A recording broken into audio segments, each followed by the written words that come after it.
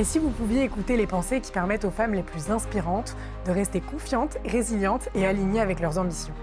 Moi, c'est Nejma. Dans ce podcast, j'explore le discours intérieur et les habitudes des femmes puissantes. Cécile, je suis ravie de t'accueillir sur Puissante. Je suis ravie aussi. La coutume de ce concept de podcast veut que ce soit moi qui t'introduise.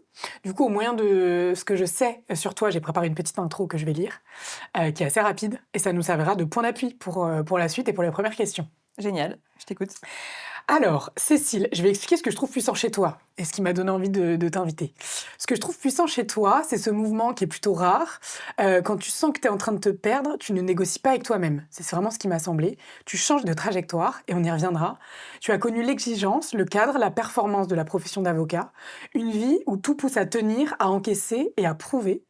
Et puis, il y a eu ce moment où ton corps, ton rythme, ton quotidien t'ont dit « ça ne peut plus continuer comme ça ».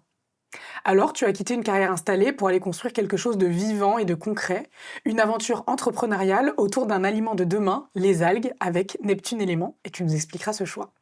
Un projet qui parle d'impact et d'écologie, mais aussi de façon de travailler, de choisir et de respirer. Et en parallèle, et c'est ce qui me fascine, tu écris, tu mets de l'ordre, tu réfléchis et surtout, tu partages, notamment au travers d'une newsletter, l'organisation, l'efficacité, l'équilibre, la sérénité, comme si, au fond, tu cherchais à créer une vie sur mesure. Ce que j'ai envie d'explorer avec toi aujourd'hui, c'est ta zone de puissance, comment on écoute le moment où ça déborde, comment on ose se déplacer et comment on construit une réussite qui n'abîme pas. Cécile, bienvenue dans Puissante. Merci beaucoup, très beau. Avec plaisir. Quand t'entends femme puissante, qu'est-ce que ça vient toucher en toi? C'est quoi pour toi une femme puissante? Je pense que déjà la puissance, c'est la capacité à transformer ou modifier le monde ou les autres. Donc une femme puissante, c'est une femme qui transforme le monde ou les autres, tout simplement. Est-ce que cette définition-là que tu nous donnes de la puissance, elle a évolué au fil du temps ou est-ce que ça a toujours été à peu près la même? Alors, je t'avoue que j'avais jamais réfléchi à ma définition de la puissance Okay. avant que tu me la poses. Mais ce que je peux te dire, c'est que mon usage de la puissance a changé depuis que je ne suis plus avocate. Puisque lorsque j'étais avocate, j'utilisais la puissance du droit pour réparer le monde. J'utilisais les règles de droit pour corriger des injustices. Et depuis que je suis entrepreneur, c'est plutôt ma propre puissance créative qui va m'aider à la fois créer des entreprises qui sont utiles au monde, mais aussi créer ma vie idéale. Et est-ce que pour qu'on comprenne un petit peu du coup comment ça a évolué, tu peux nous dire quel genre de petite fille tu étais et qu'est-ce que tu projetais pour l'avenir quand tu étais petite fille? Je suis fille unique. Ok. Et ce qui se traduit chez moi par une très grande indépendance et un amour de la solitude, et ça depuis toute petite. J'ai toujours eu beaucoup d'amis, mais j'adorais rentrer chez moi le soir et m'enfermer dans ma chambre pour repartir dans mes activités, dans mes mondes. Et concrètement, ça voulait dire faire des activités qui me touchent. C'était écrire des histoires. J'adorais écrire et être lue. Par exemple, j'imprimais les histoires que je rédigeais et je les distribuais à ma famille avec des quiz pour vérifier qu'ils avaient bien lu. Ok. Assez psychopathe. Ouais. Voilà. Sinon, j'ai adoré aussi les jeux de simulation, donc les Sims évidemment, mais aussi de la simulation de gestion d'hôtel, de zoo, d'hôpital. C'était vraiment ce qui me passionnait le plus. Et à un moment donné, j'ai trouvé le mariage parfait de ces passions à la fois d'écriture et de gestion dans les skyblogs. Moi, j'en ai géré une dizaine lorsque j'étais au collège. Ça remonte quand même, mais c'était des blogs sur de l'actualité de stars, globalement. Mais je gérais ça comme des entreprises à tel point que je déléguais certaines tâches. Quand j'étais moi-même en cours, la journée, je pouvais pas m'occuper de mes blogs, eh bien j'avais recruté des gens qui répondaient aux commentaires, qui géraient les blogs pour moi. Il faut savoir que j'étais au collège. Ok. Donc aujourd'hui, quand je te dis ça, ça me paraît complètement affolant. Parce que ces gens, je les ai même pas rencontrés, je ne sais même pas à quoi ils ressemblaient. Ok. Vraiment, c'était des gens que je contactais sur Internet, que je ne payais pas, vraiment, qui faisaient ça en échange d'une pub Ok. de leur propre Skyblog sur le mien. C'est de l'influence, les premiers Non, mais panneaux. voilà. Aujourd'hui, ça me paraît complètement dingue. Mais j'étais très épanouie avec ça. Le problème, c'est que mes parents trouvaient que je passais beaucoup trop de temps sur l'ordinateur et au bout d'un moment, à force qu'ils me répètent de me mettre dans la vraie vie, j'ai fini par considérer qu'effectivement, il fallait que je choisisse un métier qui existe, un métier qui figure dans le classeur du conseiller d'orientation. Et donc, j'ai repéré 2 métiers qui pouvaient me convenir, avocate ou journaliste, parce que je pensais pas qu'on pouvait faire un métier du fait de raconter des histoires et gérer des choses sur un ordinateur. Donc pour moi, il fallait que je trouve quelque chose qui existait déjà. avocate ou journaliste, c'était les 2 métiers qui me permettaient de raconter des histoires, de continuer à faire ça, mais sans grande conviction, puisque finalement j'ai décidé de faire une classe préparatoire et une école de commerce. Ok. Donc rien à voir, c'était un non-choix. Et c'est seulement une fois que j'ai fait mon école de commerce, donc j'ai fait l'ESCP, que j'ai eu des cours de droit qui me sont arrivés, que je me suis projetée à nouveau dans cette idée d'être avocate peut-être, en me disant bon, il y a peut-être une carrière qui s'offre à moi. Et donc j'ai commencé par faire la Sorbonne par correspondance. Pour m'intéresser par curiosité et voir aussi comment l'examen était fichu, j'ai passé le barreau au bout d'1 an et demi de droit. J'ai fini 10e. J'ai cru que c'était une vocation et je suis devenue avocate, puisque voilà. Mais déjà, c'est un truc de fou de terminer 10e. Enfin, t'as passé le barreau de manière un peu... Au bout d'1 an et demi de droit, alors que normalement il faut 5 ans, donc c'était un petit peu une surprise. Et donc j'en ai déduit que c'était une vocation. J'apprendrai par la suite que ce n'est pas parce qu'on réussit un examen et qu'on excelle à un examen que ça nous promet une vie heureuse derrière. Ok. Juste pour revenir là sur cette histoire, parce que moi ça m'intrigue cette histoire de tu fais 1 an et demi de droit et tu décides de passer le barreau. Pourquoi si vite? Tu voulais voir à quoi ça ressemblait? Oui, vraiment. L'enjeu, c'était de tout de suite me préparer à cet examen qui me paraissait être, de ce qu'on me disait, un des plus durs de France. Enfin, avec le recul, qu'est-ce qui a fait, à ton avis, que tu as terminé 10e alors que tu n'avais pas fait ces fameuses 5 années Parce que j'avais pas le temps de bosser l'examen. J'ai un peu été en surface de toutes les matières. Ok. Parce que mon but, c'était ne pas me ridiculiser, donc essayer d'apprendre un petit peu de chaque matière pour montrer que je sais à peu près raisonner. Et donc, contrairement à des étudiants qui venaient avec leur valise remplie de codes, puisqu'on a le droit au code civil, code pénal, enfin tous les codes possibles, vraiment les gens ils viennent avec des valises. Et donc, tu as les épreuves de 5 heures et t'es avec ta valise, il faut sortir les codes, aller chercher la bonne jurisprudence, aller chercher la bonne date, etc. Donc les gens ont l'habitude de remplir leurs questions-réponses d'examen comme ça. Moi, je n'avais pas le temps. Je ne pouvais dans tous les cas pas aller chercher la bonne jurisprudence parce que j'en avais aucune idée. Et donc, je mettais des grands principes. Et comme ça, j'arrivais à avoir le maximum de points finalement, puisque les épreuves sont conçues pour être infaisables dans les 5 heures. Et donc, si on arrive à faire le plus possible en montrant que, avec plus de temps, on aurait eu la bonne jurisprudence. Parce que dans la vraie vie, c'est ça finalement. Dans la vraie vie, tu as du temps, donc tu peux aller chercher le bon texte, etc. Mais là, si tu as compris le grand principe qui s'applique, bah, ça te donne la majorité des points. Et donc, tu finis avec un bon classement. Enfin, c'est comme ça que je l'ai analysé après coup, puisqu'évidemment, à l'époque, je ne savais pas que ça fonctionnait comme ça quand je l'ai passé. Je me doutais, parce que j'avais regardé les annales et que ça avait l'air d'être un système de points, mais j'avais pas eu le temps d'être à ce niveau d'approfondissement. Et dans tous les cas, je ne pouvais pas approfondir toutes les matières. Donc, Et donc, tu finis 10e, tu t'es dit que c'est une vocation. Est-ce que tu peux nous raconter la suite, du coup, comment commence ta carrière? Du coup, à ce moment-là, tu abandonnes l'école de commerce?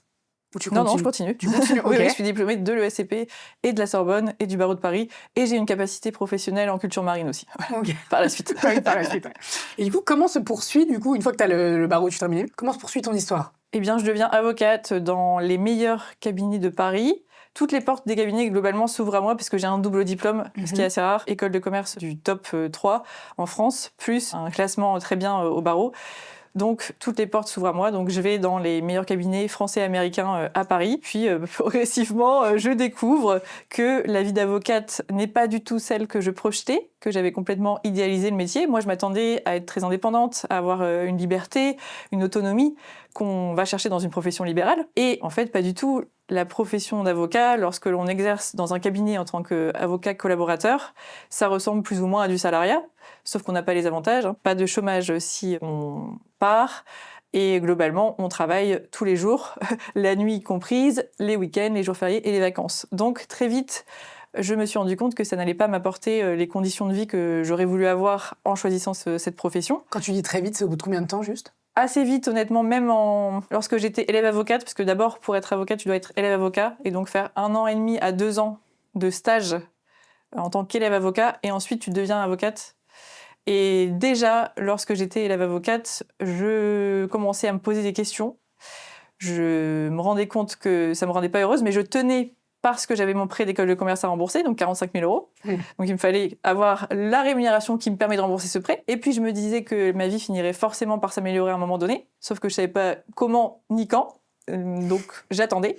Et en même temps, je voyais mon entourage, donc d'autres avocats ou d'autres personnes qui sortaient d'école de commerce et qui avaient des jobs assez prenants à Paris, accepter complètement ces conditions-là. Et donc ça a contribué à une atmosphère de normalité et à anesthésier mon envie de changement.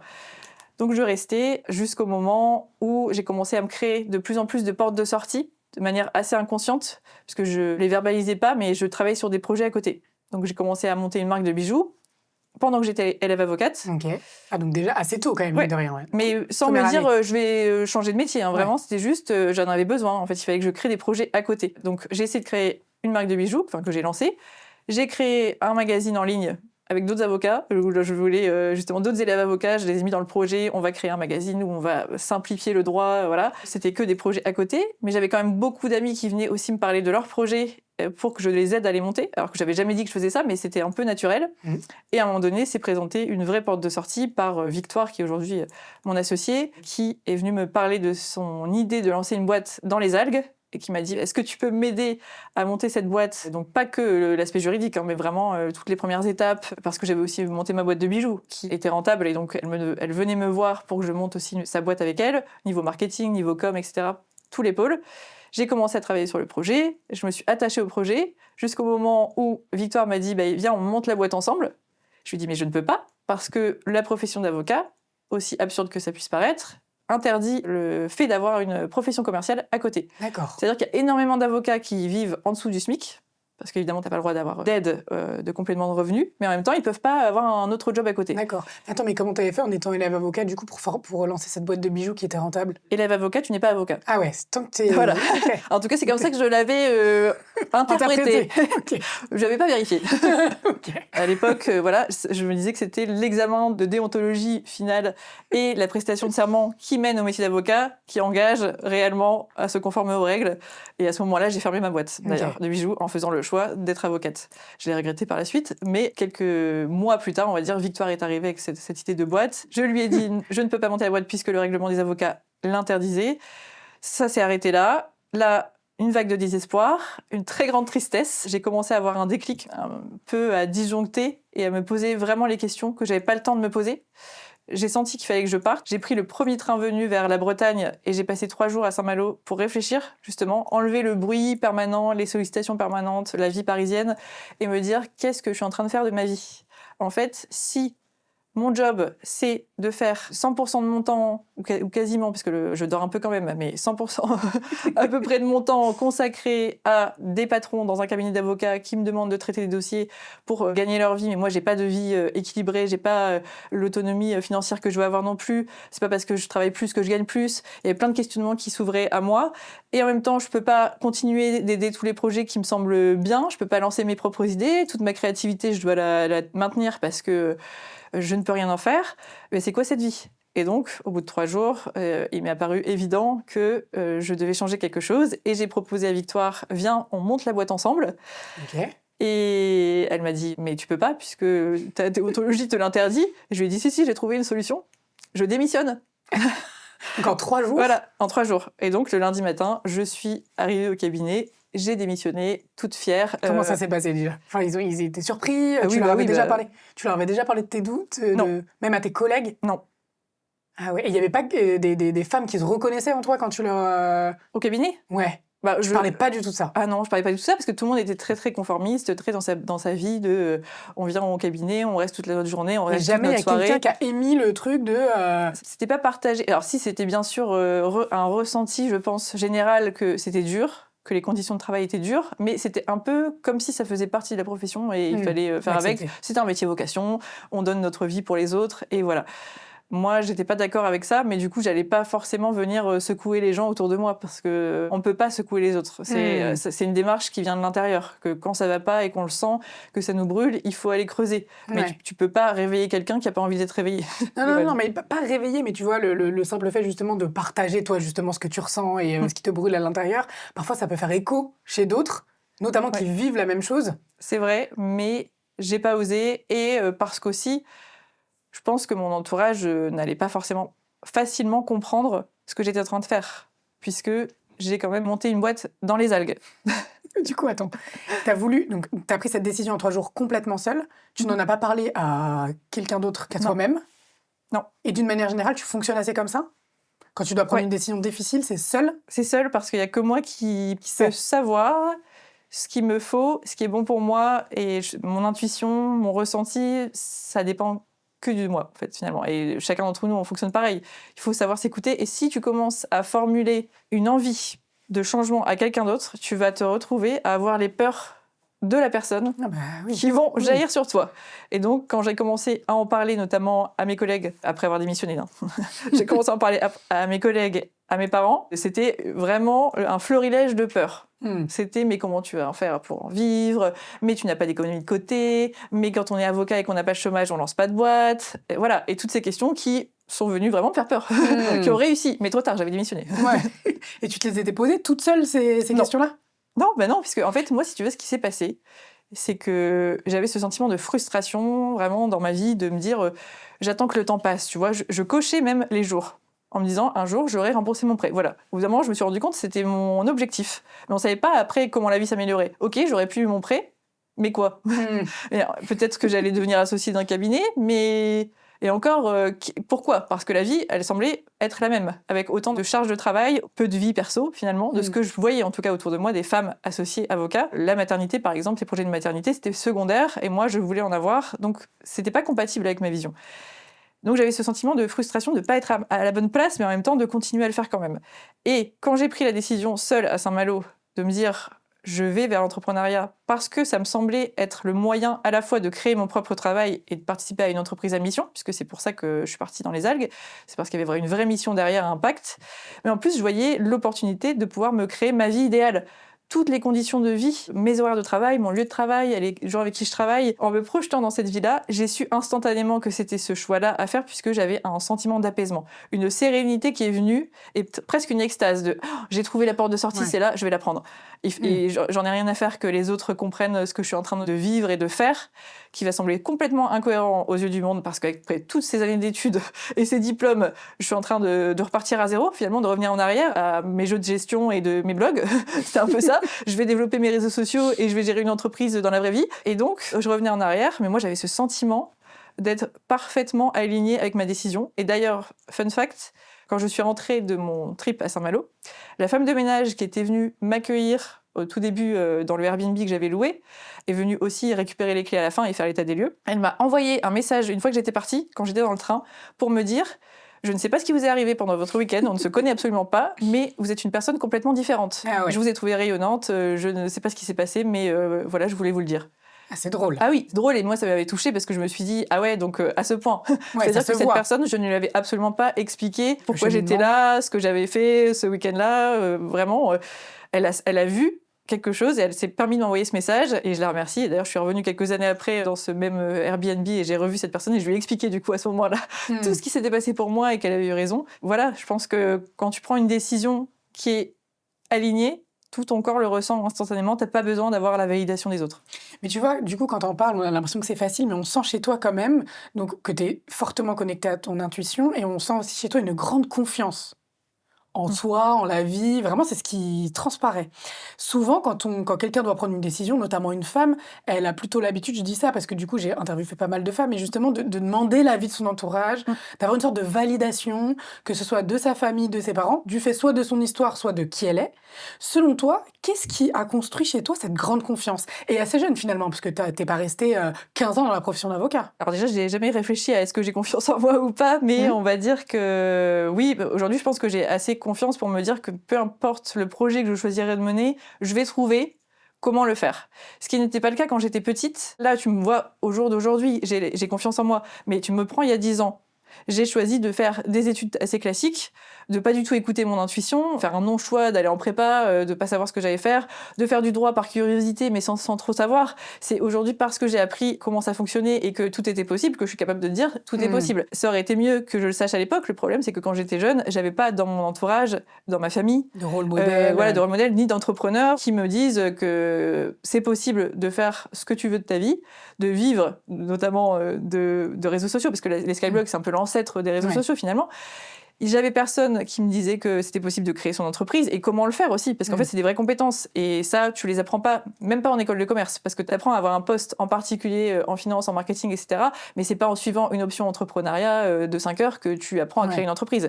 Donc, tu as besoin d'avoir finalement quelqu'un en tant que mentor ou modèle, et ça, je l'avais pas. Et c'est pour ça qu'aujourd'hui, je veux vraiment être cette personne pour les autres. Donc ça, je sais pas si tu le sais, mais à côté de Neptune, à côté de ma boîte, j'accompagne aussi des personnes à avoir une vie plus alignée. Donc c'est-à-dire que je vais prendre leur vie idéale, leurs rêves, que je vais challenger. Je vais m'assurer que c'est pas des projections de la société, un rêve de quelqu'un d'autre ou une idéalisation. Ok.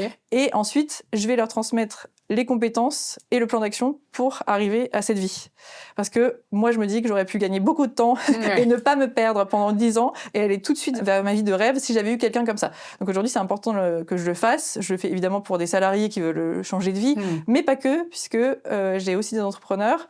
Parce que quand on entreprend, on peut très vite aussi s'imposer les conditions qu'on n'accepterait pas en tant que salarié et perdre l'intérêt d'entrepreneuriat. Et aujourd'hui, je pense que c'est une de mes vocations, éduquer, on va dire, de transmettre les compétences entrepreneuriales que moi j'ai apprises. Et aussi, d'ailleurs, c'est quelque chose que je veux transmettre à ma fille, puisque j'ai une petite fille de 2 ans. Et je ferai très attention à repérer ce dans quoi elle est bonne, ce qu'elle aime faire, pour être sûre qu'elle puisse le faire chaque jour de sa vie. Faut qu'elle soit heureuse. Oui. J'ai appris en fait que tu faisais du coaching, je sais pas si tu l'appelles comme ça, mais pour les entrepreneurs. Oui. Parce qu'en fait, je suis dans un cercle, moi, de femmes qui s'appelle The Circle, qui est animé par Laura Le Sueur. Ok. Et dans ce cercle-là, je discutais avec une fille qui me disait qu'elle était en salariat. Donc, elle m'expliquait un petit peu sa vie. Tu sens en fait qu'elle a une fibre entrepreneuriale forte. Et je lui dis, mais attends, toi, pour moi, tu as le profil d'une entrepreneur. Et elle me dit, ah bah justement, j'ai une coach avec laquelle je travaille en ce moment. Et elle me sort ton nom. C'est Ah bon Cécile Bury. Et je lui dis, bah écoute, je vais la recevoir sur mon podcast. Et oui, donc j'accompagne effectivement des entrepreneurs et salariés pour une vie plus alignée, plus équilibrée, une vie heureuse. Et attends, juste une petite question justement sur ce contenu, et après on continuera sur la suite et ce qui s'est passé quand tu as décidé de démissionner. Comment, justement, parce que tu as dit je challenge, c'est très intéressant je trouve, tu dis je challenge les rêves des personnes que je coach pour m'assurer que c'est pas des projections de la société. Quelles questions tu leur poses? Enfin, comment tu t'assures justement que c'est bien leur rêve et que c'est bien aligné avec leurs valeurs et qui ils sont, plutôt que des projections de la société? C'est un vrai travail long terme, on va Ok. dire, enfin en plusieurs étapes. Je leur pose plein de questions à l'écrit où ils ont le temps de réfléchir à ce qu'ils vont répondre. Et après, je reprends toutes leurs réponses et je re-challenge. Ça en entretien qui dure quand même plusieurs heures, Ok. où je vais m'assurer qu'il n'y a pas un truc à côté. Et quand je vois que c'est pas très aligné, en fait, je le sens et je le remonte. Et je leur dis, c'est sûr ça? Parce que, en fait, ou alors je vais voir les incohérences aussi dans leur discours. Tu m'as dit ça, mais en même temps, tu me dis ça. C'est pas compatible. Au bout d'un moment, on arrive à vraiment ce qu'ils veulent au fond d'eux. Ce qui est difficile à faire parce qu'il y a énormément de croyances limitantes qui vont arriver, de barrages psychologiques, de la famille, de l'entourage, de peur. Il faut dépasser tout ça et aller chercher juste avec le rationnel et la logique ce que la personne a vraiment envie de faire. Et ça, c'est un travail que je fais parce que je suis entrepreneur et parce que je sais identifier ce qui est illogique et les zones d'incohérence. C'est ça qui fait émerger, c'est les bugs, les signaux faibles comme ça, qui font émerger la vérité. Et ça, tu l'as appris toute seule ou tu t'es formée au milieu de coaching ou c'est vraiment des choses que tu as déduites et tu as établi un peu une méthode signature que aujourd'hui tu mets en œuvre quand tu coaches des gens? Je ne me suis pas moi-même formée à quoi que ce soit, c'est naturel, c'est quelque chose qu'on m'a déjà demandé, tu vois, quand j'étais avocate. On venait me voir naturellement pour me dire comment faire pour arriver à ça. Et en fait, moi, je sais pas, depuis que je suis toute petite, tu me laisses du vide, un espace, je vais avoir une idée et te faire tout le plan d'action pour arriver à l'exécution de cette idée. Et généralement, ça marche, tu vois. Donc, c'est pour ça que mes examens aussi, j'arrivais à les réussir. Je me lance un truc, je me dis, OK, et je vois, je sais pas comment t'expliquer, mais je vois toutes les étapes pour y arriver. Et je pense que les gens l'ont senti parce qu'à un moment donné, je suis allée donner une masterclass à Station F sur comment atteindre ses objectifs en gardant un équilibre de vie. Pareil, c'est pas moi qui ai démarché cette masterclass, c'est Mercedes qui m'a contactée pour donner cette conférence. Et à l'issue de cette conférence, j'ai eu plein de gens qui sont venus me demander de les accompagner. Donc en tant que coach, mais finalement c'est plus que du coaching parce que je transmets des vraies compétences. Tu vois, c'est juste pas je coach, j'encourage, etc. Ouais. Enfin, je sais pas ce qu'on peut avoir comme idée de coach, mais je vais transmettre une énergie, mais surtout des compétences. Ouais. Et vraiment aider à se poser les bonnes questions pour être sur le chemin que la personne veut vraiment avoir. Et ça, c'est quelque chose qui a apparemment transparaît quand je fais une intervention ou même sur les réseaux, puisque j'ai tout le temps de la demande. D'ailleurs, je n'en parle pas énormément, je sais pas si tu as vu sur mes réseaux, parce que finalement, les gens viennent et j'ai toutes mes places qui sont remplies, parce que c'est vraiment une activité que je fais à côté, et une activité qui est venue de façon naturelle, parce qu'au bout d'un moment, j'ai eu tellement de demandes de personnes pour un accompagnement que j'ai dû accepter, parce que sinon, je me disais que je n'aidais pas les gens qui étaient comme moi à l'époque. Tu vois, ce chemin de moi, j'aurais voulu que quelqu'un m'aide, je peux être cette personne, il faut que je dédie une partie de mon temps à le faire. Ouais. Mais c'est fou parce que des fois, tu as des gens vraiment qui, dans les interviews, n'arrivent pas à intellectualiser le process, tu vois. Par exemple, qui réussissent et quand tu leur demandes comment elles ont fait, pourquoi elles réussissent, n'arrivent pas à découper le processus et du coup, n'arrivent pas à l'expliquer et du coup à le transmettre. Donc, je trouve ça hyper intéressant que tu réussisses. Enfin, après, je pense, que comment t'es câblé ou peut-être que tu as appris à le développer de par tes études, etc. Mais je trouve que ça a beaucoup de valeur, le fait de pouvoir et le découper pour mieux le transmettre, tu Mmh. vois. Oui. Oui, Franchement, en fait, c'est ça ce que j'arrive à transmettre, mais c'est au-delà d'un processus de construction entrepreneuriale, ce que je veux transmettre aux gens, c'est aussi c'est possible. c'est possible, mais comment créer le cadre de vie idéal pour qu'on ait notre vie idéale qui se mette en place. Parce que souvent, on entreprend et on se dit ça, c'est mon projet. Mmh. Je veux le faire réussir. Et donc, on se met en tête que l'objectif, c'est que la société réussisse le mieux possible. Mais en fait, on est aussi une personne humaine. Et donc, on doit avoir une vie personnelle à côté, du repos, du temps avec ses proches, du temps pour créer. Et ça, il faut l'intégrer tout de suite. Et moi, mon approche, c'est vraiment 360. Je vais regarder, attention, à ne pas être que dans le pro et délaisser les autres parties. Sinon, ça marche pas. Parce que ma quête personnelle, et ça je le revendique, que ce soit dans mes newsletters ou sur mes réseaux, c'est la quête du bonheur, que moi j'assimile par un mélange de joie et de sérénité. Et si les gens ont envie d'avoir un peu la même chose, une vie sereine et joyeuse, il faut passer par un cadre qui permet de limiter l'entrepreneuriat, de le faire tenir dans des cases et de le faire fonctionner de manière à ce que ce soit au service de sa vie personnelle et professionnelle. Mmh. Est-ce que c'est compatible, ce type de vie un peu sur mesure, avec des fortes ambitions? Bien sûr. Bien sûr, OK. je suis à la tête d'une entreprise. Alors j'ai une dizaine de salariés, j'ai levé 2 millions d'euros. On a des ambitions d'aller construire une usine d'algues. Donc là, on est en train de lever 8 à 10 millions d'euros. On a gagné plein de prix, le prix de la marque engagée. On a gagné le prix BPI France Innovation avec des prix à hauteur de 450 000 euros, par exemple. Donc j'ai toujours eu l'ambition, mais mon ambition ne se limite pas à mon entreprise, elle va aussi sur ma vie perso. C'est-à-dire que j'ai l'ambition de profiter de ma fille. Vraiment, d'être avec elle à 100% quand je suis avec elle, de lui offrir des moments incroyables. Je veux lui offrir tout ce que moi j'ai eu pour qu'elle soit heureuse au même stade. Et j'ai des ambitions aussi de voir mes proches. Tu vois, j'ai choisi d'habiter à Lille. Pour ceux qui ne me connaissent pas, j'ai la particularité d'avoir créé ma boîte à distance, donc en télétravail, depuis Lille, alors que ma boîte est en Bretagne, à Camaret-sur-Mer, dans le Finistère. OK. Et ce qui fait que j'ai donné aussi cette liberté à mes salariés, puisque par exemple j'ai ma directrice financière qui est à Chambéry, j'ai un pôle qui est à Paris, un autre pôle qui est en Bretagne, mais à d'autres endroits. Globalement, j'ai construit ma vie de telle sorte à ce que je puisse choisir mon rythme de vie, la façon dont j'avais envie d'allouer mon temps. Donc par exemple, je ne travaille que le matin et le soir, pas l'après-midi, parce que mon énergie est basse l'après-midi. Et OK. concrètement, quand j'étais avocate, justement, je luttais parce qu'il fallait que je tienne toute la journée, même le soir. Et en fait, au bout d'un moment, je n'y arrive plus. Et j'ai remarqué que mon énergie était hyper haute le matin. Pour moi, c'est comme si je ne travaillais même pas. C'est vraiment une glissade, vraiment jusqu'en début d'après-midi où là, je vais déjeuner. Ensuite, plus d'énergie. Donc là, je vais aller faire des choses qui vont remonter mon énergie, justement. Et puis ensuite, en soirée, après avoir échangé avec ma fille, après avoir passé du temps avec elle, je suis de nouveau rechargée et là, je peux retravailler si je le souhaite. Mais en tout cas, tu vois, toutes ces conditions de vie que je me suis créées, ça fait partie de l'entrepreneuriat et ça fait partie de l'ambition. Oui, oui, oui. Je C'est comprends. de se dire, non, je n'accepte pas de sacrifier ça, en fait. Ma vie, elle va ressembler à ça. Et si mon entreprise ne me permet pas d'avoir cette vie-là, alors j'en veux pas et je change. Ouais, ouais. Ou alors j'adapte. C'est Mais un en peu fait, on sans peut toujours compromis. adapter. Mmh. Tu vois, c'est ça le truc. C'est que généralement, on se met des blocages et on se dit, oui, mais non, c'est pas possible de bien gagner sa vie, d'avoir du temps, il faut faire des choix. Évidemment, il faut faire des choix, mais globalement, tu peux arriver à avoir énormément de temps attribué aux choses qui te font le plus plaisir et gérer une entreprise qui te rapporte suffisamment d'argent pour justement faire ces choses qui te font plaisir. C'est totalement possible, j'en suis la preuve. Et 2 questions du coup sur ce que je viens de dire. Tu dis: «Je travaille que le matin et le soir», ça nécessite quand même que tu aies une forte productivité pendant les moments où tu travailles? Oui, et c'est quelque chose que j'ai changé par rapport à quand j'étais avocate. J'ai changé en fait la maîtrise de mon temps parce que pour être finalement concentrée et productive, faut pas se laisser dévier, faut pas se laisser solliciter en permanence. Et donc quand j'étais avocate, on me demandait d'être disponible tout le temps, soir, week-end, vraiment à tout moment. Il fallait que je sois sur mon portable, sur mon ordinateur ou avoir mon ordinateur avec moi.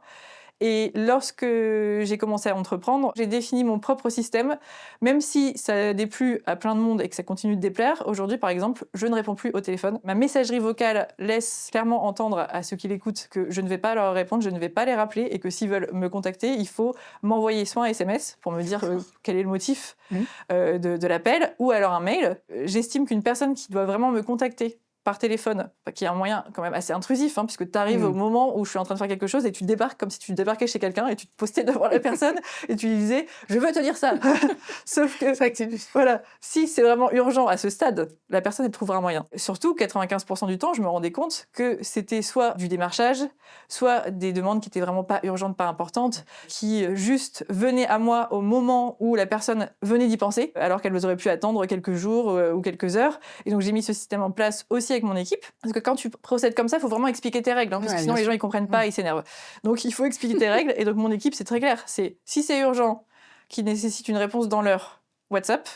Je suis tout le temps joignable sur WhatsApp, je regarde, même si parfois je suis en train de faire autre chose. Évidemment, là on est en train de se parler, j'ai pas mon téléphone, mais on va dire que sinon le reste du temps, je vais regarder. Mais il y a que les urgences qui passent sur WhatsApp. Sinon, c'est Slack pour la messagerie interne, si c'est quelque chose que je dois regarder dans la journée. Et sinon, si c'est quelque chose qui demande une relecture, par exemple, de contrat ou quelque chose qui demande de la réflexion, il faut que je sois sur mon ordinateur, et donc ça, c'est par mail. Donc, mon équipe sait comment me contacter, ça fonctionne très bien, ça fait des années que ça marche comme ça, et ce qui me permet d'avoir en majorité la maîtrise de mon temps. T'as dit, je fais des choses qui me rechargent l'après-midi. Qu'est-ce que tu fais? Du coup, tu te détends? Oui, je vais faire ma sieste. Ah, tu fais la petite sieste? Je fais une sieste, mais parce que... Genre micro-sieste ou combien de temps? Une demi-heure. Ah ouais, ok. Tu fais ta sieste? C'est nécessaire. C'est nécessaire, sinon mon niveau d'énergie ne remonte pas. Par exemple, quand tu es en déplacement et que tu n'as pas un lit. Je vais trouver un lit. Ah ouais, vraiment, il faut faire Alors, j'ai tenté. J'ai tenté une fois de ne pas faire. Je suis allée dans un café, je me suis dit, on va prendre un café et on va attendre et voir ce qui se passe. Eh bien non, j'ai dû réserver une chambre d'hôtel pour la journée. Alors, en expliquant, je veux juste là quelques heures pour aller dormir. Après, je vous la rends. Je vais pas être là cette nuit. Mais juste, parce qu'en fait, j'avais un événement le matin et un événement en fin d'après-midi. Et il fallait que je fasse ma sieste. Sinon, vraiment, j'allais venir à l'événement complètement déchargée. Donc, quand c'est comme ça, je me débrouille toujours pour organiser ma journée de telle sorte à ce que j'ai une plage de sieste. Et si je ne peux vraiment pas, ça arrive quand même, j'ai trouvé un autre moyen. C'est d'aller marcher. Si je vais marcher, pas juste 20 minutes, mais 1 heure. Pour le coup, là, il faut aller un peu plus au-dessus pour vraiment libérer la dopamine, les endorphines, enfin tout ce qui est intéressant dans une activité physique. Eh bien, là, ça va me recharger vraiment. Et surtout, j'aime bien en profiter pour me poser des vraies questions. Ça m'amuse d'aller marcher et de me dire, tiens, on va prendre un problème et on va le résoudre. Un problème qui est en lien avec ton travail ou pas forcément? Ah non, ça peut être, peu importe dans ma vie, un sujet sur lequel je ne suis pas certaine de ma position, qu'est-ce que je vais répondre? J'ai une opportunité, mais je suis pas sûre de l'accepter, par exemple. Est-ce que j'y vais, est-ce que j'y vais pas? Ou alors, un sujet en général, je prends un thème et je me dis, tiens, ça fait longtemps que j'ai pas réfléchi à ça, je vais y réfléchir et ça me recharge aussi. J'aime bien le fait de se poser des questions et de se reposer des questions sur ses réponses. Comme je le fais finalement dans mes accompagnements pour des futurs entrepreneurs, je l'applique aussi à moi-même, cette méthode de reposer des questions sur mes réponses. Rechallenger finalement. Donc je vais me dire, qu'est-ce que tu penses de ça? Je vais me répondre. Et vraiment, alors si tu me croises, tu vas te dire, elle parle toute seule. Bon. tu je formules. Ah oui, je parle. Je parle parce que j'ai besoin de verbaliser, de faire sortir la pensée pour que, une fois qu'elle soit matérialisée, je puisse rebondir sur exactement ce qui vient de se passer, et ce qui vient de sortir. Parce que la pensée, dans ta tête, tu peux penser plein de choses diverses et contraires, et sans remarquer qu'il y a plusieurs pensées qui se parasitent et qui se parallélisent finalement. Alors que si tu verbalises, il y a une seule chose qui sort. Et à partir de là, tu peux rebondir et te dire, mais est-ce que tu penses vraiment ça? Est-ce que c'est vrai? Ça, se poser la question de est-ce que c'est vrai? Ça permet de venir vérifier nos propres croyances et de venir les faire tomber. Donc c'est assez puissant. Et c'est ce que je fais pour à la fois remettre de l'énergie, mais il m'arrive aussi de flâner, tout simplement, de marcher sans but et de regarder la nature et de me dire, tiens, il y a des nouvelles fleurs dans ce parc dans lequel je marche régulièrement. J'aime aussi ça. Donc c'est un petit mix des deux. Pour revenir justement sur au moment où vous vous êtes lancé avec Victoire dans l'aventure Neptune, alors déjà, pourquoi les algues? Pourquoi Neptune? Ça, c'est ma première question. Et après, ma deuxième question, c'est quelles ont été vos principales difficultés au moment du lancement? Pourquoi les algues? Parce que lorsque Victoire m'en a parlé, j'ai découvert que c'était un aliment exceptionnel, d'une richesse en nutriments qui est au-delà de n'importe quel aliment terrestre. Et ensuite, quand j'ai creusé le sujet, j'ai vu que c'était aussi un super-héros pour la planète, puisque l'algue, elle va capturer le CO2 3,5 fois plus vite que la forêt amazonienne. Donc elle participe vraiment à la lutte contre le réchauffement climatique. Mais en plus d'être ce super-héros pour la planète et ce super ingrédient pour nous, c'est aussi un super ingrédient pour plein de secteurs, parce qu'avec des algues, tu peux remplacer le plastique, tu peux remplacer les engrais chimiques, les pesticides dans l'agriculture, tu peux remplacer les antibiotiques dans l'alimentation animale. Donc vraiment, c'est un ingrédient d'avenir Et en lisant tout ça dans les livres, je me suis dit, mais cette filière, elle doit exister en France. Mmh. Il faut absolument que quelqu'un la développe, que quelqu'un la fasse accélérer. Et donc, quand Victoire m'a proposé ce projet de créer l'entreprise qui ensuite s'est appelée Neptune Éléments, puis ensuite, on a développé aussi Neptune Bio-Ingrédients, qui est notre marque B2B, donc à destination des industries. C'était évident pour moi qu'il fallait faire tout ça, en fait. Au moment où justement vous lancez Neptune, il y a personne sur le marché ou il y a déjà, des précurseurs un petit peu dans le domaine? Il y a des précurseurs, on va dire, des récoltants d'algues, OK. souvent des entreprises individuelles, des récoltants qui ont leur petite récolte à un endroit donné, mais pas d'entreprise qui, globalement, va faire la communication Mmh. massivement et en dehors de la Bretagne sur les algues. Tout ce travail d'éducation, il n'existait pas quand on a lancé l'entreprise. On a eu du mal d'ailleurs à trouver des informations, à trouver des livres sur le sujet. Et c'est pour ça qu'on s'est lancé en ayant l'idée de faire d'abord une marque B2C qui a un compte Instagram qui permet de déjà démocratiser Mmh. les algues auprès du consommateur. Et vos principales difficultés au moment du lancement? Donc tu as parlé de celle de glaner des informations, sur le sujet, mais est-ce qu'il y en a eu d'autres? Peut-être les Alors, levées de fonds, comment ça s'est passé? oui, bah, les principales difficultés, c'est que quand j'ai démissionné, je savais pas du tout comment cette boîte allait me permettre de vivre. Donc la première difficulté, c'était trouver un financement. Et donc ça, c'est au bout de 3 semaines, je me suis rendu compte que j'avais pas vraiment réfléchi à cette question et donc j'ai remissionné. Je suis retournée au cabinet d'avocat pendant 8 mois. Pendant ces 8 mois, j'ai creusé le sujet du financement et on s'est rendu compte que c'était une entreprise qui demandait beaucoup d'investissement à la fois pour éduquer les gens, donc marketing, mais aussi la recherche et du développement, parce que la culture de l'algue était très peu maîtrisée en France, la récolte aussi. Il fallait créer des méthodes en fait de production d'algues qui nécessitaient d'investir de l'argent. Donc, on a très vite résolu la question par une levée de fonds. On a levé 1 million d'euros fin 2021, début 2022. Et ensuite, on a relevé un autre million d'euros quelques années plus tard. Et là, actuellement, on est à notre 3e levée de fonds. D'accord. Là, 8 millions d'euros pour créer une usine, donc un peu plus d'envergure. Donc ça, c'était la première problématique. Et je pense qu'il y a eu aussi une difficulté plus personnelle, qui était la peur du regard des autres, puisque quand j'ai lancé l'entreprise par la vidéo de lancement, j'étais encore au cabinet à ce stade-là. OK. Et je n'avais pas dit à mes collègues avocats que j'allais lancer une entreprise dans les algues, et donc j'avais peur du jugement d'incohérence, que les gens ne comprennent pas ce que j'étais en train de faire, ce qui était très bête. Et donc j'ai demandé au monteur de la vidéo de lancement, quelques jours avant, de me retirer de 90% des passages, et finalement, il ne restait plus que Victoire et moi qui intervenaient à la fin de la vidéo. OK. Ce qui était une bêtise, et je l'ai regretté évidemment, puisque mes proches ne comprenaient pas si j'étais vraiment dans le projet. Mmh. Ils me voyaient apparaître 10 secondes sur une vidéo de plusieurs minutes. Mmh. Donc c'était, est-ce que c'est un side project en parallèle de ton métier d'avocate? Du coup, on n'était pas vraiment très très sûr du message de ma très courte apparition. Donc je l'ai regretté. Et ce qui est aujourd'hui, avec le recul, vraiment très bête, puisque le regard des autres, c'est pas quelque chose qui va générer la réussite ou non de ton projet.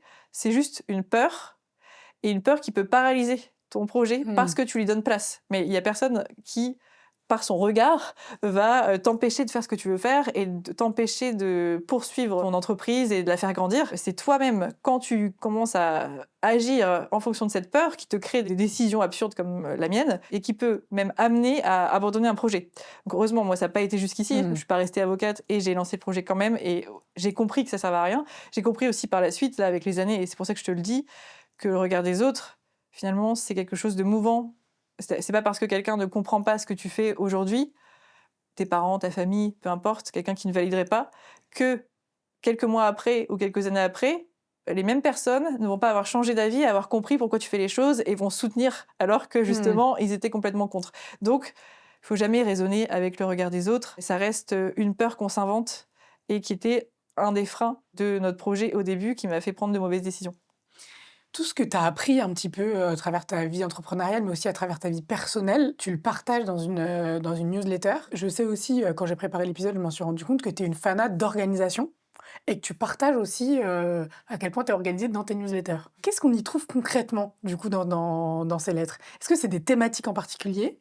Qu'est-ce qui t'a donné l'envie, en fait, de partager tout ça auprès du plus grand nombre? Est-ce que c'était un peu comme tes amis qui te demandaient leur avis sur leurs projets entrepreneuriaux, des amis à toi qui te demandaient comment tu t'organises, comment tu y arrives, etc. Qu'est-ce qui t'a donné envie de lancer cette lettre? On va dire que ma newsletter, c'était une évolution de mes blogs Ok, et aussi le point de départ de mon accompagnement des entrepreneurs, d'accord. finalement, parce que j'avais besoin de partager ce que j'avais appris dans l'entrepreneuriat, qui étaient des choses en contradiction avec ce qui se disait. Par exemple, que l'entrepreneuriat était un marathon et qu'on devait sacrifier notre vie au service de notre entreprise, qu'il fallait prendre sur soi jusqu'à la ligne d'arrivée, qui était potentiellement la revente de sa boîte, des choses comme ça, des choses absurdes. Notamment, on en a parlé sur la disponibilité, le fait de ne pas maîtriser son temps, de ne pas le compter. C'était que des choses absurdes et moi qui adore écrire depuis toute petite, qui adore écrire en ligne, partager, j'avais besoin de rétablir la vérité et de dire non, on peut entreprendre et être heureux.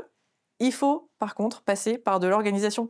L'enjeu de l'organisation, c'est d'avoir une vie heureuse et sereine pour ma part, puisque moi, c'est mon enjeu. Et l'organisation va me servir à ça. Parce que l'organisation, c'est quoi au fond? C'est penser sa vie en système pour permettre de réduire les contraintes qu'on a tous dans nos vies, pour parvenir à augmenter le temps disponible. Et une fois que tu as ton temps disponible qui augmente, tu peux le placer sur ce qui te procure le plus de joie au quotidien. Et le fait d'intégrer de la joie au quotidien le plus possible et de savoir qu'elle arrive, parce que tu te prévois des choses joyeuses tous les jours, d'avoir une répétition en fait de ta joie, ça contribue à donner plus de sérénité en l'avenir. En tout cas, c'est comme ça que moi je le perçois. C'est l'organisation est vraiment au service de l'augmentation de mon temps libre qui me permet de l'allouer à des choses joyeuses et donc d'être heureuse parce que je suis sereine sur le fait que ma vie à venir est joyeuse.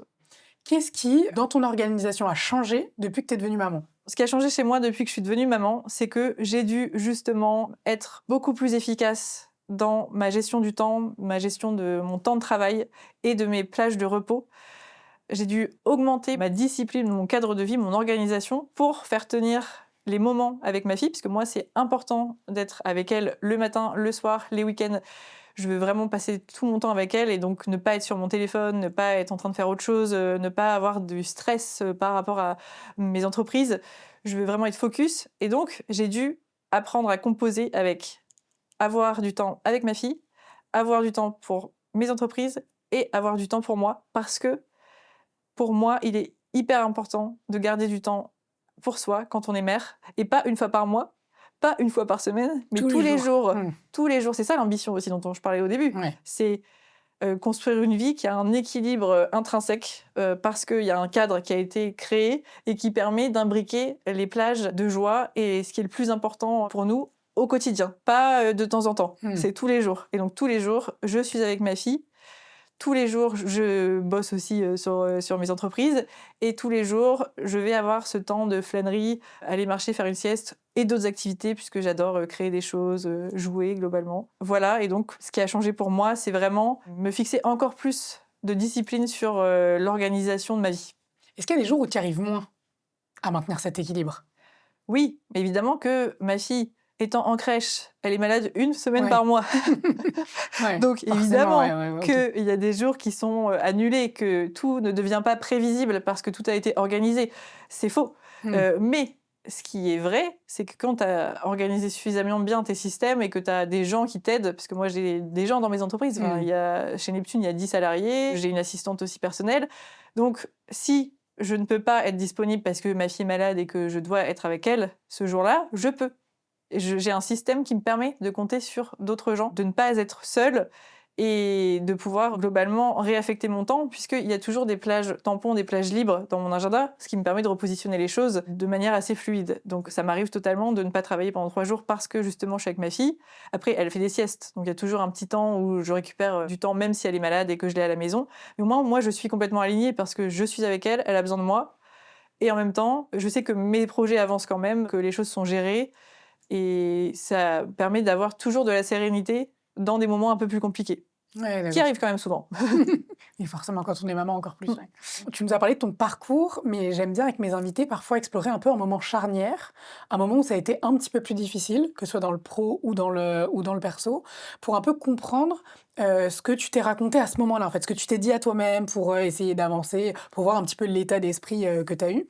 Est-ce que là, il y a un moment qui te vient en tête en particulier? Alors, pas un moment difficile, mais j'ai plutôt un moment qui m'a décloisonné le champ des possibles, Ok. qui m'a fait vraiment comprendre que l'entrepreneuriat, tu pouvais tout faire dedans. Tu peux créer tes propres règles.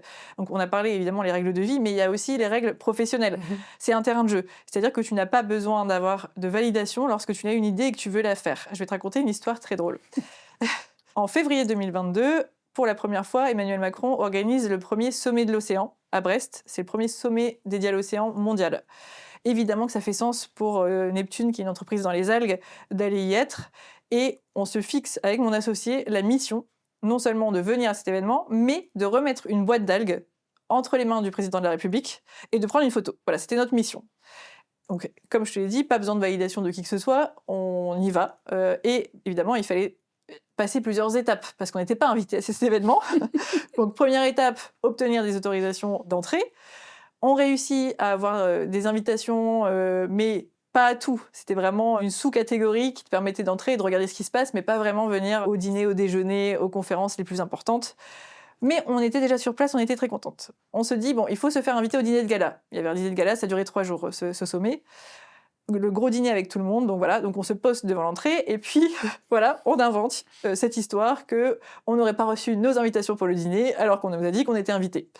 La sécurité... Audacieux. Voilà, audacieux, mais c'est ça l'entrepreneuriat. Alors évidemment, la sécurité n'est pas dupe et nous met de côté et nous considère comme voilà, deux jeunes femmes qui sont un peu illuminées.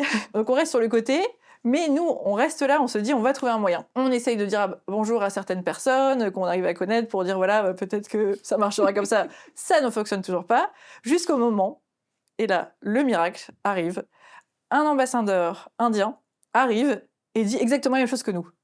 Il n'a pas reçu son invitation au dîner de gala et lui, il est venu d'Inde. Donc, il n'a pas fait tout ce déplacement pour être refusé et aller dîner tout seul dans sa chambre d'hôtel. Donc, il s'énerve, la sécurité ne sait plus où se mettre et finit par accepter de l'accompagner à l'intérieur du dîner. Et du coup, nous regarde, parce qu'on était toujours à côté en disant nous, c'est exactement la même chose. On disait c'est scandaleux. Sauf que lui, c'était vrai. Lui, c'était probablement vrai. On ne sait pas, on n'a pas été vérifié. Peut-être qu'il a fait exactement la même stratégie que nous. En tout cas, ça a marché. On a été accompagnés à l'intérieur, on a été placés à une table et on a fait ce dîner de gala en compagnie de tout le monde. Malheureusement, il n'y avait pas Emmanuel Macron à cette soirée, donc on a dû regorger de nouvelles stratégies et d'inventivité le lendemain pour réussir à mener à bien notre mission. On a réussi, on a fini par lui remettre la boîte d'algues et prendre la photo. Non sans se faire arrêter par la sécurité, finir au poste de sécurité, finir soulevé par un garde du corps, mais que tout de même, je ne vais pas raconter l'histoire en détail, on a réussi. Et fun fact, pour boucler cette anecdote, 4 ans plus tard, donc en mai 2026, donc ce mois-ci, on a été invité officiellement par le président de la République à venir à l'Élysée pour représenter l'innovation alimentaire en France à l'occasion de la cérémonie du 1er mai qui venait célébrer le travail. Et donc là, vraiment, c'était de vraies invitations. Et donc, on est venu et on a remis à nouveau une boîte d'algues, cette fois à Brigitte Macron, en toute légalité. Comme quoi, il faut persévérer. Il faut persévérer. J'ai vu les photos du fameux événement. Et lors de la première, enfin, le moment où vous lui avez remis la boîte la première fois, vous avez eu le temps de lui expliquer quand même ce que vous faisiez? Ah oui, tout à fait. Vous lui avez balancé. Non, on a... T'as passé vite. Genre, je l'ai donné, on a pris des photos. On a fait beaucoup de stratagèmes qui nous ont amenés à être là où il passait à un moment donné et à avoir quelqu'un qui a pris notre téléphone et qui a pris la photo. Merci à cette personne. Et on a pu avoir quelques minutes pour lui expliquer. Alors nous, on était en sueur, pas possible, parce que vraiment, c'était une mission impossible, hein, vraiment, digne d'un film. Et donc, au moment où on lui parle, on a une limite plus de souffle pour lui expliquer tout ce qu'on devait lui expliquer sur la filière de l'algue et à quel point c'était un enjeu pour la France. Et lui nous a demandé « Bonjour, comment ça va ?» Et très, très calme, très serein, et a écouté ce qu'on lui a dit, nous a dit que c'était intéressant et qu'il allait transmettre cette boîte au cuisinier de l'Élysée. D'accord, ok. Donc ça a quand même servi à quelque chose. Ouais. Avant que je passe à mes questions signature de fin d'épisode, je voudrais que, tu me l'as pas mal dit, mais si on devait résumer, si tu devais nous résumer ta vie sur mesure en 3 non négociables, qu'est-ce que ce serait? Pour moi, en tout cas ma personnalité, je dis pas que ça s'appliquerait à tout le monde, Mais il y a 3 ingrédients vraiment clés qui font que ma vie est heureuse et que j'adore vivre mes journées. C'est premièrement de l'espace. Alors pas de l'espace au sens géographique, mais de l'espace dans mes journées avec du temps non alloué, du vide. Tous les jours, j'ai une plage où je ne sais pas ce que je vais faire. Et ça m'excite d'avance, de me dire aujourd'hui, est-ce que je vais avoir envie de faire de l'aquarelle, de faire une expérience, d'aller au spa. Enfin bref, tous les jours, j'ai cette plage de liberté et c'est vital pour moi. Ensuite, j'ai besoin d'avoir un sentiment de progression, de savoir que mon projet, enfin un de mes projets ou quelque chose dans ma vie avance. Ça me permet de contrer ma peur du temps qui passe et de la mort. Parce que, en fait. T'as une peur de la mort. Ouais, j'ai peur du temps qui passe, globalement. Je ne sais pas pourquoi, mais en tout cas, le fait d'avoir ce sentiment de progression, de faire avancer des choses, ça me permet de retourner le truc et de me dire chaque jour qui passe me rapproche d'objectifs et améliore ma vie, me fait vivre encore plus de projets qui vont se réaliser, et donc c'est positif. Donc ça, j'ai besoin de le ressentir, de savoir que les choses avancent, même quand je suis pas en train de travailler dessus, mais savoir que les choses continuent sans moi, avec moi pour les impulser, et que toutes mes idées, j'en ai plein encore, j'ai plein de projets encore à vivre différents de ce que je suis en train de faire, verront le jour à un moment donné, parce que ce temps passe et que je progresse. Voilà. Et ensuite, en troisième point, qui n'est pas forcément tous les jours, mais j'en ai besoin quand même, on va dire au moins une fois par semaine, c'est de la créativité. J'ai besoin d'écrire, créer, parfois de la musique, parfois d'inventer des choses comme des bijoux. J'ai besoin de créer. Ça, c'est vital. Et donc, c'est pour ça que je dis que ça ne s'applique pas forcément à tout le monde, puisque c'est propre à moi-même. Après, je pense qu'il y a quand même des ingrédients qui sont vitaux pour tous, qui ne permettent pas d'avoir une vie équilibrée et heureuse si on les a pas. Et moi, ça s'applique aussi à moi, du coup. C'est la santé, c'est l'argent, évidemment, un minimum qui permet de financer mes projets. Et c'est aussi les relations sociales. Je pense pas qu'on puisse être heureux seul chez soi, dans sa forteresse, avec ses petites activités dans son monde. Non, on a besoin des autres. Et donc ça fait partie de ma vie sur mesure. Ce que je trouve fou vraiment chez toi, c'est vrai, enfin, je l'avais déjà perçu quand j'ai appris à te connaître à travers le réseau, mais c'est que tu as l'air d'avoir une capacité d'analyse des choses au global, mais de toi-même, et une compréhension de toi-même que tout le monde n'a pas. Parce que voilà, tu as réussi, enfin, t'es jeune, quoi. Tu as réussi à comprendre ce qui te rendait heureuse, qu'est-ce qu'il fallait mettre en œuvre pour y arriver. Tu vois, tu parles de choses, le fait d'avoir du vide dans sa journée, de l'assumer, parce qu'on est plutôt tendance à avoir dire j'ai un trou, je vais mettre quelque chose, j'ai forcément un truc à faire, en fait, tout comme toi. Enfin, on a tous forcément un truc à faire. Et ben, je trouve ça courageux aussi de l'assumer. Tout ce cheminement-là, c'est vraiment seul que tu y arrives, ou est-ce que toi-même tu t'es fait coacher? Non, c'est seul, mais j'écris tous les jours. Pas forcément publié, mais pour moi-même. Et j'analyse mes pensées. Quand je suis énervée sur un truc, je me dis, qu'est-ce qui se passe? Et on va aller chercher ce qu'il y a derrière. Et c'est là où je vais marcher, justement, et je me dis, non, c'est pas vraiment ce que tu penses. Essaye de penser l'inverse et vois si ça te semble plus cohérent. En faisant ce travail, finalement, d'auto-psychanalyse ou d'auto-analyse, en tout cas, j'arrive à voir ce qui marche pas et je m'autorise à changer les choses. Et je m'autorise vraiment à me dire, même si personne n'est d'accord avec moi, si moi, ça me paraît logique, je le fais. Et à chaque fois que j'ai fait ces changements en fonction de quelque chose qui m'apparaissait à moi, j'ai vu l'impact sur ma vie et je me suis dit, OK, c'est ça, et je continue. Et si c'est pas ça, parfois je me trompe. Par exemple, à un moment donné, je me suis dit, je veux plus travailler le soir. C'était quand j'essayais d'avoir un rythme justement qui tenait sur une journée de travail assez classique et de me dire, le soir, j'ai mes soirées de libre. Mais ça m'allait pas en fait, parce que je voulais pas travailler l'après-midi. Donc je sentais bien qu'il y avait un truc qui se passait qui était pas bon. Pourtant, j'ai lu aussi plein de livres de développement personnel quand même. Ça fait partie aussi de ma vie depuis très longtemps. C'est ça qui m'a permis finalement de remettre en question progressivement toutes les croyances que j'avais. C'est parce que j'ai lu des livres de développement personnel sur des sujets précis à chaque fois qui m'ont déverrouillé quelque chose. Et maintenant, j'arrive à me déverrouiller moi-même. Ouais, c'est dingue. Et je trouve ça dingue. Et ce qui est, je trouve aussi inspirant, c'est ce que tu as l'air de dire, pour le dire autrement, que c'est accessible si on travaille dessus. C'est un exercice, tu vois, cet exercice d'écriture, de se reposer des questions sur ce qu'on a écrit, d'essayer de se mettre dans la posture inverse. Est-ce que je pense l'inverse, finalement? Je trouve ça intéressant. Est-ce que tu aurais un ou deux livres de développement personnel? Alors après, tu dis que c'est sur des sujets précis, donc ça sera pas un livre qui englobera tout, mais un livre qui t'a particulièrement aidé dans ce cheminement? J'ai du mal à recommander des livres de développement personnel parce que je suis souvent en désaccord. Ok. Et du coup, ça te permet de confronter aussi ce que tu penses. Mais c'est ça, mais en fait, souvent, quand j'écris des newsletters, c'est parce que je suis pas du tout d'accord avec une pensée dominante que je lis dans plein de livres qui dit qu'il faut maximiser justement son temps, de faire du time blocking. Je suis complètement contre l'idée d'avoir tout son agenda qui est timé à la minute près. Enfin, c'est des choses comme ça où je vais écrire en contradiction avec. Et du coup, c'est des livres qui vont m'élever parce que j'ai l'esprit critique. Ouais, d'accord. Et donc, un premier livre que j'ai lu et qui m'a fait rentrer dans ce monde-là, c'est quand même l'essentialisme de Greg McKeown, si je n'écorche pas son nom, qui te dit à un moment donné qu'il faut choisir les pôles les plus importants de ta vie. C'est vraiment le premier livre où je me suis dit qu'est-ce qui est important pour moi. Et le fait de se poser cette question-là m'a fait prendre conscience que le travail, à l'époque j'étais avocate, représentait trop dans ma vie par rapport aux autres et qu'il y avait un déséquilibre. Mais à partir de là, j'ai fait mon propre cheminement et j'ai écrit mes propres pensées et c'est pour ça que j'en ai fait une newsletter pour les partager. Et c'est pour ça qu'ensuite on m'a demandé de venir faire des conférences thématiques. Et c'est pour ça qu'aujourd'hui j'accompagne les gens parce qu'au-delà de travailler par soi-même, moi, ce que je m'applique à moi-même, c'est une démarche entrepreneuriale. Et ça, je l'ai appris en montant des entreprises. Je l'ai appris parce que j'étais confrontée à plein d'obstacles et comment les déverrouiller, comment les dépasser. Je me suis posé ces questions-là, j'ai compris certaines choses.